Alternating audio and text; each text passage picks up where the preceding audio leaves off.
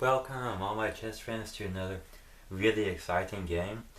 This game has tactics, sacrificial, brilliancy. It's very awesome. Lots of action. This game was played in 1985 at the Wilk&Z chess tournament. Wilk&Z is a very famous chess tournament that happens quite often. On the white side of the board, we have Alexander Beliavsky, a top Grandmaster. You may not recognize his name since this game was played in 1985, but you will most likely recognize the game on the black side of the board, and that is John Nunn. Nunn is very famous for his tactical, sacrificial brilliancy games. There is this thing called Nunn's chess puzzles, which are a bunch of tactical puzzles, very hard to solve, and John Nunn was able to come up with those. So he definitely has great insight into the tactical side of chess. Let's go ahead and look at this exciting game. Beliavsky starts out with d4, Nunn responds knight f6.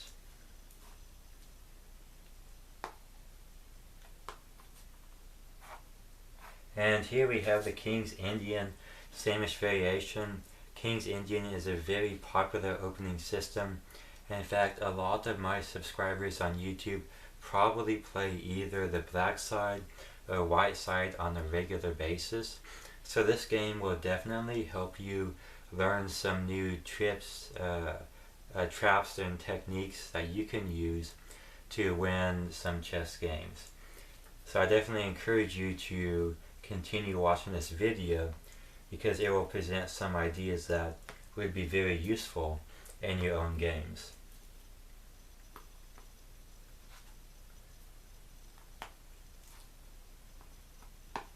And here the game's okay, but then white plays h3, and I'll give a small question mark to h3. Turns out h3 is indeed playable. There really isn't anything wrong with it, but I would put a little bit of caution on playing h3 because of how it weakens the Stark squares. It can present some problems for white, as we're going to see in this game. Black plays knight h5, threatening knight g3, so the bishop drops back to guard that square. f5, e takes f5, and often we are presented with this situation in chess where we advance a pawn and our opponent captures it, and then we can capture back. So how should black capture back? With the bishop, with the rook, or with his other pawn? Or should he sacrifice or gambit a pawn? And that's often a question that we have to answer in chess. And here, John Nunn plays rook takes f5. It's difficult to see this move because g4 is played, and it looks like that black is just going to be down a knight because he'll retreat the rook, and then white should have an easy game and win pretty easily, being up an entire minor piece. So it does seem puzzling at first, but tactics don't always look like good moves at first sight. And here John Nunn had prepared this and had analyzed this and played rook takes f3. Now, as we go through this game, I want you to think about John Nunn's piece sacrifice and why it's good or bad. Form an opinion on the sacrifice, and if you decide that the sacrifice is good, then I want you to be able to have an idea of why it's good. If it's bad, then come up with the reasons why it's bad. And at the end of this video, I'm going to talk about whether or not the sacrifice was sound, and I'm going to back it up with a lot of supporting evidence. So we're going to get to that. After g4, rook takes, g takes h5, queen f8 is lining up on the f file, knight e4, good move. The idea is to guard the bishop on f2 one more time to prepare for castling on the queen side. Bishop h6 stopping, white's idea of castling queenside. It's always good to ask yourself, what is my opponent's idea? What is he trying to do? And often it is good to try and stop that idea.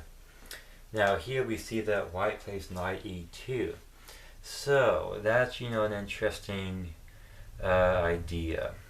Here, should black capture this bishop on f2 or retreat the queen? If he retreats the queen, he loses a tempo, he loses time, and he doesn't have this queen bishop battery. So John Nunn decided not to waste time and took the bishop on f2. Now the question for white is, should white take the queen or take the rook? He could take the rook with the knight or take the queen with the other knight. Well, let's look at what happens if the queen is captured. Then black could simply capture on c2. White's knight is under attack. Okay, so let's retreat that knight. Bishop f5, the other knight's under attack. Alright, so let's go ahead and retreat that knight as well. Well, actually from this position, if white decides to keep his material, to keep the game materially equal and not lose a knight, he will actually get checkmated in this position. I encourage my viewers to study this position and figure out how black checkmates white. Knight f3 would be the next move, and to checkmate in, I think, 2 or 3 moves from here.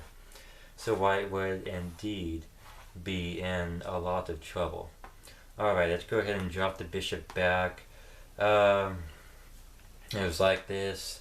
Played knight out, queen was here, and we looked at the variation of knight takes queen. We saw that it doesn't work out for white. So instead what was played was knight takes f2, which was the best move at the time. Knight f3 check, though, drives the king, prevents the king from castling, essentially.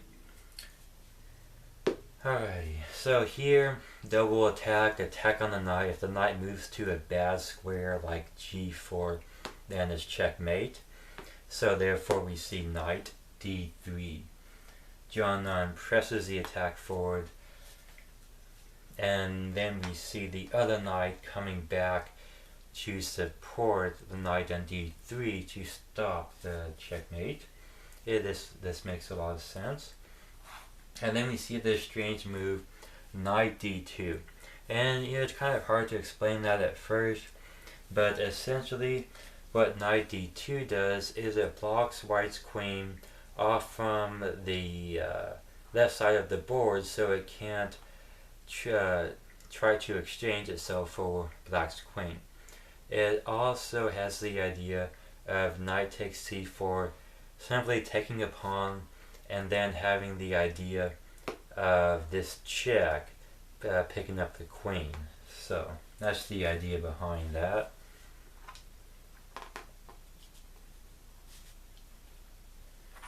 Alright, white's trying to get some pieces back into the game. Bishop g2. Queen f2, offering a queen trade and avoiding knight e3 tactics for the moment. But knight e3 happens anyway. And here king e2 is played. That is the best square for the king. If the king goes to d2, knight check, and or actually bishop check, discovered, picking up the queen. If the king moves here, then it could simply take on g2, getting some material back and continuing the attack. So really king e2 is the best move. And once again, white's queen is cut off from the action.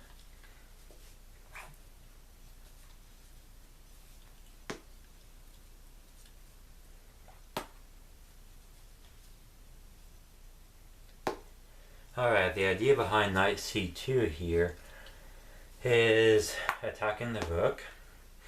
There's some more ideas. Essentially, bishop takes knight. Let's look at this. Alright, so if it's black's turn to move again, we might see something like knight check, king moves, and bishop takes, opening up a knight and a rook attack on f3. So that is one idea behind that. Actually, the king couldn't move here because of check. So if check here, the king would have to move away, and then taking knight on d3 with bishop could win that piece, and then you have this pin on the other bishop. Could win that as well. So that's the idea here. White tries to defend against with king d1, but bishop takes d3 wins material anyway. So Grandmaster Alexander Beliavsky went ahead and resigned here. Knight takes doesn't improve because it's checkmate on the next move. So rook's under attack. Knight d4 is threatened to capture the bishop, and there's also other ideas like bishop e2 check, followed up by possibly queen d3, or if bishop takes, there's also the idea of rook takes queen, which would lead to a checkmate in a couple of moves. If rook takes, bishop takes, and then there is this checkmate. Alright, so that is definitely another idea. Queen's here, bishop's here, so bishop check would cause White a lot of problems. So he decided to resign. Really, really amazing game by Nunn, highly tactical. So if you remember, towards the beginning of the video, I asked you to think about this sacrifice and whether or not it was sound. Well, the sacrifice is sound, and I encourage you to look through the beginning of the video again. If you notice, Grandmaster Beliavsky made too many pawn moves early on that greatly weakened his king side and delayed development. Once Nunn's attack got going, White had very little time to finish development because he was simply responding to the many threats. Development and castling will help prevent an early devastating attack such as this one, and if Beliavsky had not played h3 and b4, made all these pawn moves, but instead had developed more pieces, then he would have been able to much easier meet the attack, and the sacrifice would not have been as sound. So essentially the sacrifice was sound because Black had greater development, more space, and White's king side had many holes. In addition to that, Black saw that he was able to keep White's king in the center of the board, and that was crucial to the success of the attack. When you're attacking your opponent, just keeping the king in the center of the board will certainly help. So thank you for watching, and stay tuned for some more exciting videos.